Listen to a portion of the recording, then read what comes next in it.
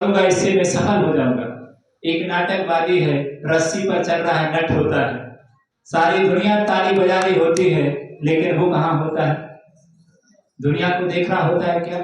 कुछ नहीं दिखता उसके लिए, उसको तो अपना लक्ष्य दिखता है, इतना डूबा हुआ होता उस क्रिया में। वह ऐसी जो भक्ति करने आया है वो इतना डूबा होना चाहिए उस भक्ति में, उसे कुछ भी पता ना हो दुनिया का कि कहाँ क्या हो रहा है। तब वो भक्ति काम कर जाती है, बहुत बड़ी सफलता उसको दिला देती है। तब यहाँ भगवान कह रहे हैं कि भगवान ऐसे ही जे आपका जो स्तोत्र लिखा गया है इतनी तन्मयता के साथ में लिख रहा हूं, और पढ़ने वाले भी इतनी तन्मयता के साथ पढ़ेंगे इसके लिए कि यह मंत्र एक एक शब्द मंत्र का काम करेगा, एक एक काव्य मंत्र का काम करेगा, एक एक काव्य बहुत बड़ी विशुद्धि का काम करेगा, एक एक काव्य आपकी असंख्यात गुणी कर्म की गणना करेगा। सोचिए, इतनी विशुद्धि से लोग इस काव्य को पढ़ेंगे, ऐसी भावना से लोग इस काव्य को पढ़ेंगे। यह काव्य, यह भावना भावनाशनी, यह काव्य उनके लिए बहुत बड़ी विभूति को देने वाला होगा। तो सब लोग पहले स्तोत्र पढ़ने के पहले हमारी विशुद्धि का पारा बहुत क्या होना चाहिए? बहुत ऊंचा होना चाहिए, कि निम्न स्तर की विशुद्धि से पढ़ने की बात वो नहीं कह रहे हैं। बहुत विशुद्ध भाव के साथ में हमें उस पर निर्फिक्र होकर के सारे विकल्प छोड़कर और उस काव्य की आराधना हमें करते रहना चाहिए। ये विशुद्धि आपकी अपने आप बनेगी, और हम ऊपर की ओर जैसे जैसे विशुद्धि बढ़ेगी वैसे वैसे हम उसकी ओर अंदर क्या होते चले जाएंगे? डूबते चले जाएंगे। इस प्रकार का भाव साधक के अंदर हमेशा आना चाहिए। तो इस प्रकार भक्ति करने का पाठ भी हम सीख लें कि हमें भक्ति कैसे करना चाहिए। भक्ति इसका नाम नहीं है कि सारी दुनिया में खोए हैं और बोले हम तो भक्त हैं। क्या किसके भक्त हैं? धन रुपया पैसे के भक्त हो गए तो 24 घंटे क्या दिखेगा? किसके भक्त हो? जिसमें भक्ति है वो दिखता है। भक्ति किसमें? जिसे पैसे से भक्ति, धन रुपये पैसे में, उसे 24 घंटे क्या दिखता है? खाते पीते उठते बैठते चलते फिरते घर में क्या दिख रहा है उसे? बाजार दिख रहा है। अरे बाजार ऐसा ना हो जाए, गल्ला दिख रहा है, गले मंडी में दिखेगा वो भरी है। धरती आग उगल रही है, भी ओले सोले पत्थर पानी फिर भी कुछ भी गिर रहा है, लेकिन ऐसी भयानक गर्मी में भी व्यापारी कहाँ खड़ा है? मंडी में धूप में खड़ा है, बड़ी तपस्या कर रहा है। ऐसे कह दो 5 मिनट बैठ जाओ भैया साधना कर लो, 5 मिनट इतनी गर्मी कैसे करेगी? लेकिन धन की उपासना, क्योंकि क्या मिलेगा हमें? क्या मिलेगा यहाँ पर? धन मिलेगा। इसलिए कोई दूसरा ना आ जाए, वो ना ले जाए। उसकी उपासना में वह समय टू समय पहुंच जाता है। कितने बजे हमें क्या करना है? पहुंचना ही है। और घर भी आने के बाद भी उसे वही वही दिखाई देता है। मतलब जो दिखाई दे रहा है भक्ति तो उसी की हो रही है, इसकी नहीं है। जैसे हमें भक्ति संसार की अन्य चीजों के प्रति है, ऐसी भक्ति मुझे किससे होना चाहिए? भगवान से होना चाहिए। एक बार कहा जाता है कि नदी, तुलसीदास जी की शादी हुई और नदी का बेग आ गया, और कहते हैं कि उन्हें याद आई पत्नी की। किसकी याद आई? और बरसात हुई, उस बरसात में नदी चरम वेग पर बह रही थी। अब क्या करें? क्योंकि जब याद आती है तब व्यक्ति अपने आप को रोक नहीं पाता है। तो उन्होंने छलांग लगा दी, चाहे कुछ भी हो मिलेंगे जाकर के, और छलांग लगा दी। जैसे तैसे डूबने लगे तो अतराता हुआ कोई मुर्दा वहां से, उन्होंने समझा कि लकड़ी है तो उसको पकड़ लिया। उसके सहारे पार तो हो गए। घर जाकर उन्होंने अपने ससुराल में पत्नी से कहा, उन्होंने कहा इतने बजे और ऐसी भयानक पानी में कैसे आ गए? उन्होंने सारी कहानी रख दी। पत्नी ने कहा कि काश जितनी भक्ति तुम्हें हमारे प्रति, जितना प्रेम है राग, काश इतना परमात्मा से होता तो आप श्री परमात्मा के चरणों में बैठे होते, मतलब आज भगवान बैठे होते।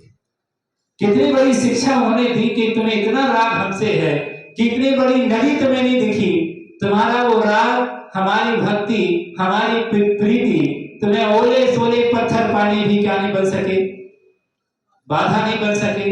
इतनी भयानक नदी चरम सीमा को छू रही थी और उस पर भी तुम छलांग लगाकर मेरे पास आ गए। काश इतनी भक्ति जिस दिन परमात्मा के चरणों में उमड़ेगी उस दिन संसार से क्या हो जाओगे।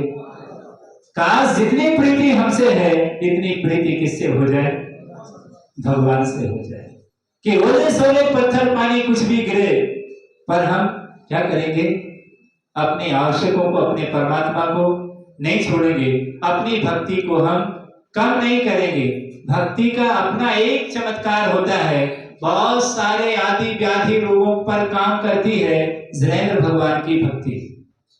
पर यदि संदेह के घेरे में आ जाए तो फिर वो भक्ति काम नहीं करेगी। इतने सारे आचार्य भगवंत ने उस भक्ति के प्रभाव से कितने सारे रोगों का समन किया। हम भी विश्वास करें और उन काव्यों को बहुत अच्छी तरह से, यदि इन काव्यों का उपयोग नहीं होता तो वो आचार्य भगवत इन भगवंतों की स्तुति नहीं लिखते। इतने महान बड़े बड़े आचार्य भगवत इतने बड़े बड़े काव्यों की रचना करके गए हैं, लेखन करके गए हैं, और वो भी किसी ना किसी समस्या से ग्रसित थे।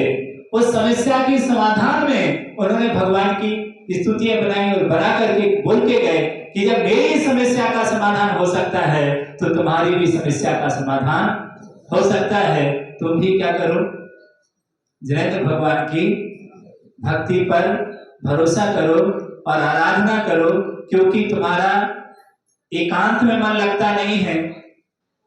एकांत में तुम बैठ नहीं सकते, माला लेकर बैठ नहीं सकते, पर्वत पर तुम बैठ नहीं सकते, कहीं तुम एकांत में जा नहीं सकते, साधु बन नहीं पा रहे, सुख उपयोग में जा नहीं पा रहे हो, इतनी विशुद्धि तुम्हारे अंदर नहीं है, तो क्या करना चाहिए। जब उपवास नहीं कर पा रहे, बड़ी बड़ी साधनाएं नहीं कर पा रहे, तो फिर क्या करना चाहिए, प्रवृत्ति करना चाहिए। प्रवृत्ति का मार्ग दिया उन्होंने, फिर माने भगवान की भक्ति का मार्ग दिया उन्होंने। भक्ति का मार्ग, भक्ति करो, जितनी जिनेंद्र भगवान की भक्ति कर सकते हो उतनी क्या करना, भक्ति करना। भक्ति से क्या होगा, भक्ति से शक्ति मिलेगी और बार बार भावना भाओगे कि भगवान यह आपकी जो मैंने भक्ति की है, यह भक्ति मुझे मेरा कल्याण करे। उस भक्ति से दो काम होंगे तुम्हारे, एक तो परमार्थ सही होगा और दूसरा ये संसार मार्ग भी क्या होगा, सही होगा। माने पुण्य बढ़ेगा तो परमार्थ बनेगा, और जो लौकिक कामनाएं हैं, क्योंकि तात्कालिक व्यवस्थाएं हैं, क्योंकि उसके लिए उनकी जरूरत पड़ती है, उस व्यवस्था की पूर्ति के लिए, तो उस पुण्य के प्रभाव से क्या होगा, उसे तात्कालिक ग्रस्तिक संबंधी व्यवस्थाएं भी क्या होंगी, मैनेज होंगी, क्योंकि उसकी आवश्यकता है। यदि वो आवश्यकता नहीं होगी तो धर्म ध्यान में बाधा पैदा हो रही है, तो भगवान से प्रार्थना करता है कि भगवान ये रोग दूर हो जाए, ऐसी कामना हो जाए। यद्यपि उसका लक्ष्य भगवान बनना है, लेकिन तात्कालिक समस्या के समाधान के लिए वह इस प्रकार की भावना भा देता है, तो कोई गुनाह नहीं है, कोई अपराध उसका नहीं है। वह भक्ति करेगा तो तात्कालिक समस्या का समाधान भी होगा और स्थायी समस्या का समाधान भी उसके लिए मिल जाएगा। इसलिए वो भगवान की आराधना करता है, और इस प्रकार की आराधना समय समय पर क्या है, करते रहना चाहिए। ये आराधना तीर्थंकर जैसी प्रकृति का क्या कराती है, बंद कराती हैं। जिनेंद्र भगवान की भक्ति तीर्थंकर प्रकृति का बंद कराती है। चक्रवर्ती जैसे महान पदों को हमारे लिए प्रदान करती है। तब हमें भगवान की भक्ति के लिए पीछे नहीं हटना चाहिए। जब साधुओं को जिनेंद्र भगवान की भक्ति का उन्होंने उपदेश दिया है, तो फिर आप सबके लिए तो प्रथम उपदेश है कि श्रावक तो जिनेंद्र भगवान की भक्ति ही करता है। तो हम व्रतों का पालन करें, अच्छे से भक्ति करें, अंध भक्ति ना रखें, अच्छे से मजबूती के साथ श्रद्धा को सम्यक श्रद्धा बनाकर और हम जिनेंद्र भगवान की भक्ति करेंगे तो बहुत अच्छा होगा। इन काव्यों के माध्यम से इन काव्यों को याद कर लेना चाहिए और याद करके भगवान के सामने क्या करना चाहिए, इन काव्यों का अच्छे संगीत स्वर के साथ में हमें इनका पाठ करना चाहिए। भले एक काव्य पढ़ें लेकिन अच्छे से काव्य को पढ़ो, ऐसा नहीं क्या का दसरा मसरा क्या पढ़ गए पता ही नहीं चला। तो अच्छे से काव्य पढ़ेंगे तो बहुत पुण्य का संचय होगा। दूसरे को सुनाइए, स्वयं पढ़िए। घर में कम से कम हम बैठकर प्रेयर करें सोने से पहले।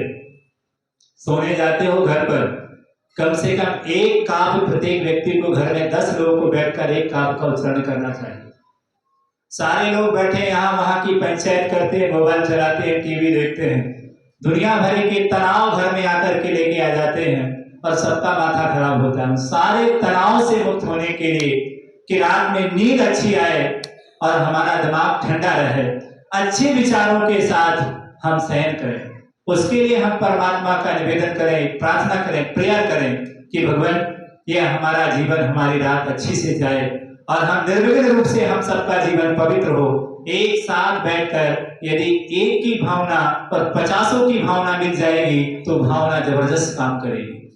क्योंकि हम सब उस घर में रहते हैं, उस घर का वातावरण हम सब ने बिगाड़ा है। नेगेटिव बात करते हैं, नेगेटिव बोलते हैं, नेगेटिव सुनते रहते हैं, पूरा घर का वातावरण विकृत हो गया है। अब घर के वातावरण को सुधारने के लिए कम से कम सबको प्रयास करना चाहिए। यदि घर को तुमने नरक बनाया है तो उस घर को स्वर्ग भी बनाओ। अच्छी प्रार्थना करो, प्रेयर करो वहां बैठ करके। सारे पूरे घर के लोग बैठेंगे, एक की करने से क्या होगा, सारे लोग बैठे वहां पर, एक की भावना और 50 लोग की भावना जब काम करेगी तो क्या होगा, कितना बड़ा काम करेगी, बहुत बड़ा अतिशय होगा 50 लोग की भावनाओं में। आचार्य भगवान से कहा था कि कुंडलपुर के बड़े बाबा पहुंच गए, उन्होंने कहा मात्र मेरी भावना नहीं थी, मेरी भावना के कारण नहीं पहुंचे, 50 हजारों लोगों की भावना थी कि बड़े बाबा क्या हो जाए, क्या तो हजारों लोग की भावना काम करती है। कोई भी कार्यक्रम एक व्यक्ति की भावना से सक्सेस नहीं होता है, उस कार्यक्रम के सक्सेस होने में हजारों लोग की भावनाएं जुड़ी होती है, तब वो कार्य क्या होता है, सफल होता है। ना कि मात्र एक व्यक्ति के करने से वो कार्य क्या हो जाता है, सफल हो जाता है। जब हजारों लोगों की भावनाएं जुड़ती हैं, चतुर्मास हो गया, महाराज रुक गए, एक व्यक्ति की भावना से नहीं रुक गए, ध्यान रखना, उन्होंने सारे पूरी समाज की भावनाओं को देखा है। मात्र एक व्यक्ति की भावना होती नहीं, एक व्यक्ति की भावना होती, इतने सारे लोगों की भावना नहीं होती तो कार्य हो सकता था क्या। महाराजों का लाभ मिला, चातुर्मास ये जो भी हुआ तो मात्र एक व्यक्ति की भावना से नहीं हुए, हजारों लोगों की भावनाओं से वो कार्य होते हैं। तो जो भी ऐसे कार्य होते हैं वो एक व्यक्ति की भावना का चमत्कार नहीं होता है, हजारों लोगों की भावनाओं का चमत्कार होता है।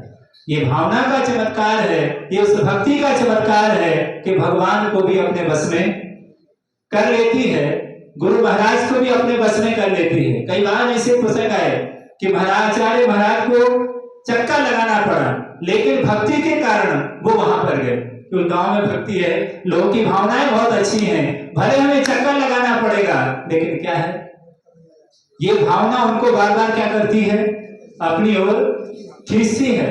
कुछ दिया नहीं, कुछ लिया नहीं, अपने आप कभी कभी आहार में जाते हैं, कभी कभी ऐसा देखते हैं सामने वाले की इतनी उत्कृष्ट भावना देखते हैं, उसकी भावना को देखकर अपने अंदर की जो भावना होती है वो बहुत हाई बढ़ जाती है।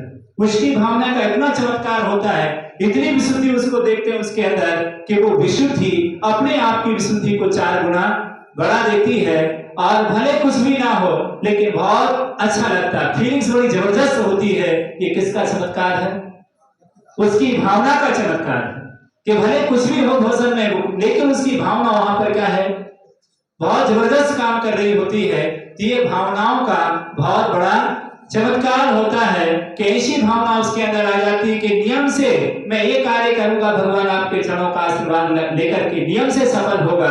ये महाराज ने सफल नहीं किया, ये किसने किया है, उसकी भावना ने सफल किया है। कि उसकी भावना ये आ गई कि नहीं ये होगा ही होगा, भले वो पाषाण क्यों ना हो, उसके अंदर वो भावना आ गई है। वो भावना उस पाषाण को भी क्या बनाएगी, देवता बनाएगी। वो नरक नहीं जाएगा, वो स्वर्ग जाएगा, भले भी कोई भी हो, किसी भी संप्रदाय का हो। क्योंकि भावना क्या है? बहुत पवित्र है। भावना का फल बहुत मीठा होता है। इसलिए हमेशा भावना बहुत पॉजिटिव होना चाहिए। उस घर में इतनी पवित्र भावनाएं छोड़ी जाए कि जिससे पूरे लोग, पूरा घर का वातावरण नेगेटिव हो जाए, बहुत स्वर्ग जैसा लगे। भले कुछ भी नहीं हो उस घर में, पर भावनाओं का बहुत बड़ा चमत्कार होगा। इसीलिए जब भावनाएं घर में नहीं बचेंगी, सारी बुरी भावनाएं आ जाएंगी, सारे शैतान सवार हो जाएंगे सबके दिमाग में, तो घर नरक हो जाएगा। अब तुम कितने भी पूजा करते रहो, कुछ भी करते रहो, हमें वहां पर अच्छी भावनाएं देना चाहिए। इसलिए घर आदि बनाते हैं, जो भी बनाते हैं, वहां कहा जाता है पहले भगवान का क्या करो, क्या कराते? पूजा कराते हैं। घर की पूजा हो रही है। घर की पूजा का मायना क्या है? घर की पूजा करते हैं क्या? गृह प्रवेश हो रहा है, घर की पूजा हो रही है, गाड़ी की पूजा हो रही है, क्या गाड़ी को प्रणाम करते, गाड़ी को अर्घ देते क्या? किसको अर्घ देते हैं? भगवान को।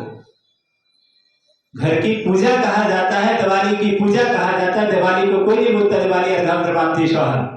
किसकी पूजा करते हैं? भगवान की पूजा करते हैं।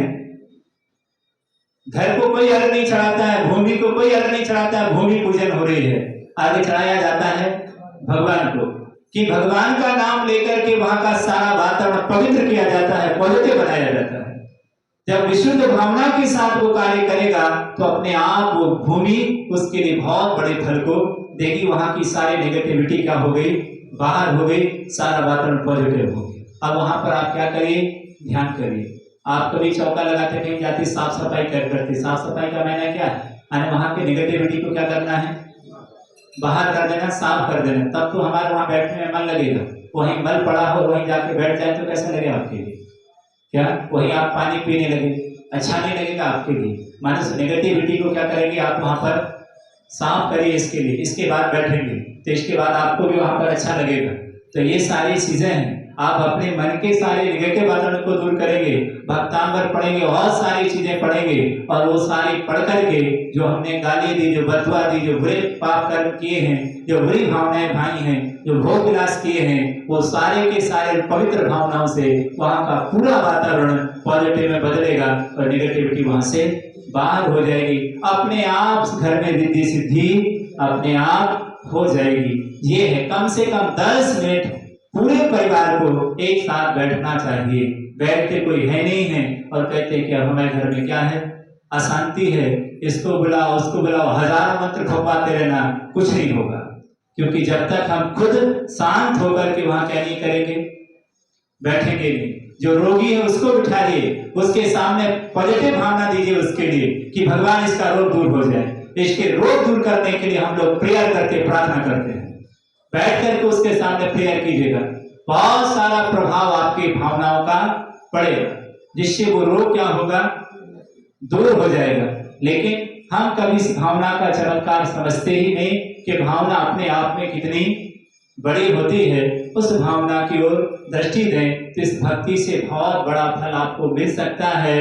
तो ये घर के वातावरण को बहुत अच्छे बनाने का एक माध्यम है, एक जरिया है। इसे हम हमेशा अपनाते रहेंगे। बोलिए हिंसा परमो धर्म, के ज्ञान